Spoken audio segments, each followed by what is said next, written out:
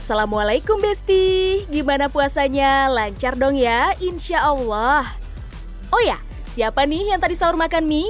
Mie-nya mie instan lagi. Duh, emang enak sih ya. Sejak dulu, mie emang jadi favoritnya warga plus 62 selain nasi tentunya. Olahan mie juga banyak banget. Mie goreng lah, mie rebus lah, mie seafood lah, you name it, semuanya dijamin endes ya Besti.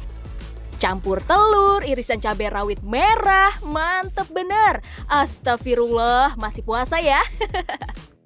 Meski enak dan praktis, ya tapi jangan tiap hari juga sih makan mie-nya. Bae-bae, organ pencernaan ikut keriting. Yang perlu kita cermati tentang mie ya, terutama mie instan ya, bahwa di situ dalam pengolahannya kan ada banyak bahan-bahan yang perlu kita waspadain ya. Salah satunya seperti lilin ya, lilin yang dipakai untuk mengeraskan ya,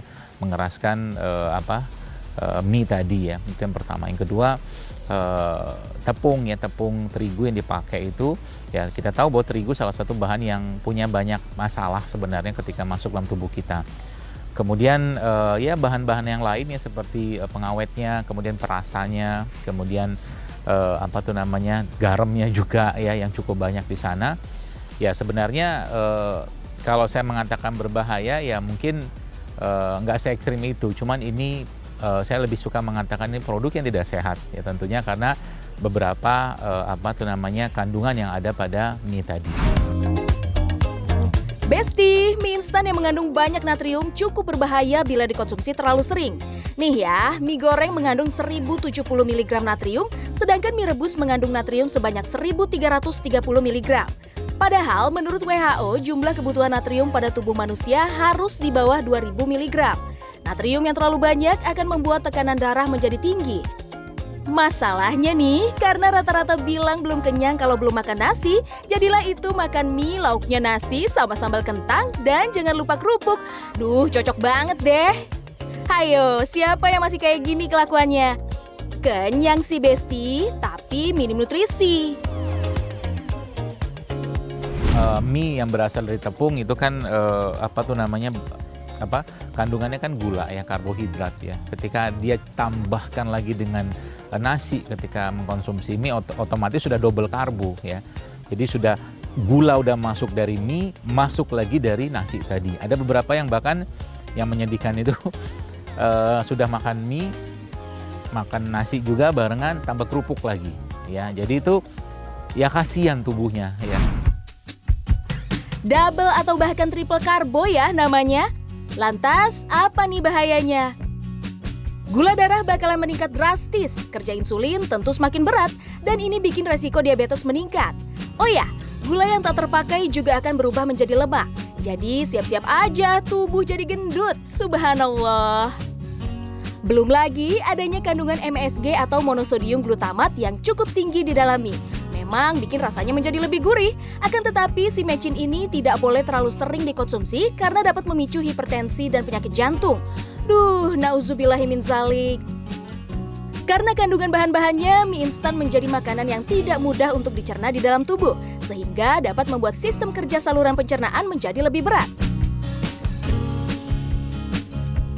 Yang jadi masalah bukan cuma masalah susah dicerna itu, tapi bahan-bahan sintetik yang ada pada mie tadi yang bisa bikin masalah ya ketika itu terlalu rutin dan terlalu sering dikonsumsi.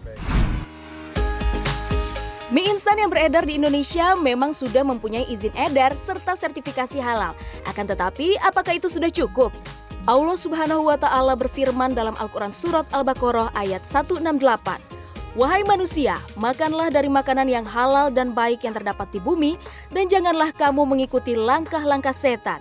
Sungguh setan itu musuh yang nyata bagimu. Masya Allah. Besti, Allah yang Maha Pemurah tahu apa yang terbaik untuk hambanya. Allah telah memberikan makanan yang halal dan baik di bumi, maka mengapa kita merusaknya? Bagi umat Islam, kesehatan adalah perkara yang penting. Kesehatan merupakan nikmat besar yang harus disyukuri oleh setiap hamba. Bahkan Rasulullah bersabda, 2 kenikmatan yang sering dilupakan oleh kebanyakan manusia adalah kesehatan dan waktu luang. Hadis riwayat Bukhari. Dengan tubuh yang sehat, tentu kita bisa melakukan aktivitas dengan baik, beribadah dengan baik, dan sejumlah manfaat lainnya.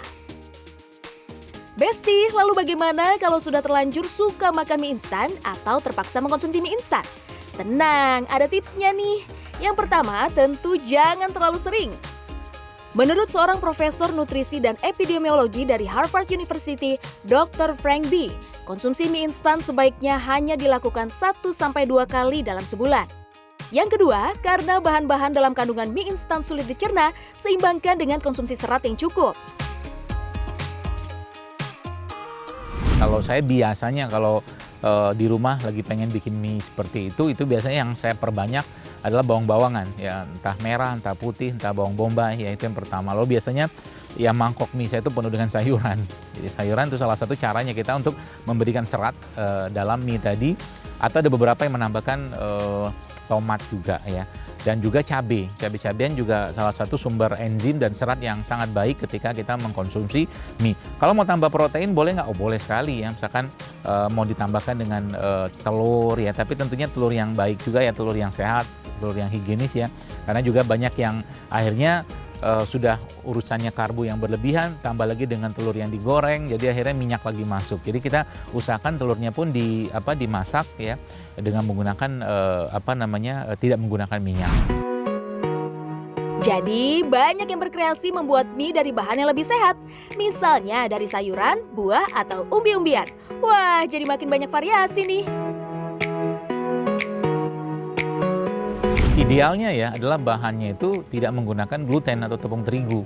Jadi dari non gluten kita tahu sekarang cukup banyak ya, seperti mie dari buah naga, ya kemudian mie dari daun kelor atau mie dari umbi-umbian juga cukup banyak sekarang yang beredar di masyarakat. Itu salah satu katakanlah alternatif ya pilihan kita untuk menghindari mie-mie yang berbasiskan pada tepung terigu. Dan sekarang perusahaan-perusahaan besar pun juga sudah mulai ya beralih ke sana. Mie memang makanan praktis, Besti. Kalau kepepet-kepepet, mie sering digunakan sebagai makanan pengganjal lapar. Tapi mulai sekarang, yuk berkreasi dengan mie yang sehat. Kalau bisa sih, terbuat dari tepung non-terigu seperti mocaf, singkong, atau tapioka. Bisa juga tambahkan serat ke dalam adonan mie-nya. Karena pada dasarnya, kita tetap bisa kok makan mie yang enak namun tetap sehat. Begini nih caranya. Untuk membuat mie yang sehat, tentu harus menggunakan bahan-bahan yang sehat juga dong. Kayak mie dari daun kelor ini nih. Daun kelor mengandung antioksidan dan kaya akan vitamin. Di antaranya vitamin B6, vitamin B2, vitamin C, dan vitamin A. Oh ya, daun kelor juga mengandung zat besi, magnesium, dan protein. Dalam satu mangkuk daun kelor mengandung 2 gram protein loh, Besti. Nah, untuk bumbunya kita bisa gunakan kaldu jamur sebagai pengganti mecin. Bisa juga tambahkan bumbu lada hitam atau black pepper serta garam mineral. Untuk toppingnya, siapkan cabai, bawang merah, dan bawang putih. Jadi ini ketiga bahan ini sebenarnya ya bukan cuma sekedar rempah ya, tapi dia juga sangat sangat berkhasiat dan memiliki banyak kandungan serat juga sehingga mie kita itu menjadi mie yang sehat. Bawang merah dan bawang putih memang dikenal sebagai penyedap rasa alami. Tiap masakan rasanya akan kurang sedap jika tidak ditambahkan kedua bawang ini. Dan ternyata bawang memiliki manfaat yang melimpah. Selain kaya serat, juga mampu menjaga daya tahan tubuh loh, Besti. Yang terakhir, jangan lupakan sayurannya ya, Besti. Dengan menambahkan sayuran, mie yang akan kita makan jadi semakin kaya serat, sehingga tubuh tidak kesulitan mencernanya. Jika air sudah mendidih, masukkan mie. Sementara siapkan juga sayuran untuk dicampur ke dalam mie. Setelah mie agak matang, masukkan bawang dan cabai yang sudah diiris. Masukkan juga bumbu kaldu jamur, lada hitam, dan garam secukupnya. Sayuran sengaja dimasukkan terakhir agar tidak terlalu lama dimasak. Memasak sayuran terlalu lama dapat menghilangkan kandungan vitamin di dalam sayuran. Gampang kan? Sekarang mie sehat pun siap disantap. Hati-hati ketagihan ya, Besti. Nah ini kan Masya Allah ya, jadi seratnya cukup banyak dan ada bawang merah, ada bawang putih, ada sayur juga ya, ada cabai juga, dan kita bisa lihat sahabat kita itu kayaknya pengen nyoba lagi meskipun pedas ya. Dan Anda bisa juga di rumah nyobain mie sehat seperti ini. Ini sebenarnya masakan atau makanan yang sangat mudah kita buat. Tapi kita mulai ya lagi-lagi naik kelas ya untuk bisa mengkonsumsi makanan-makanan yang lebih baik, lebih sehat dan tidak memberikan atau membahayakan tubuh kita.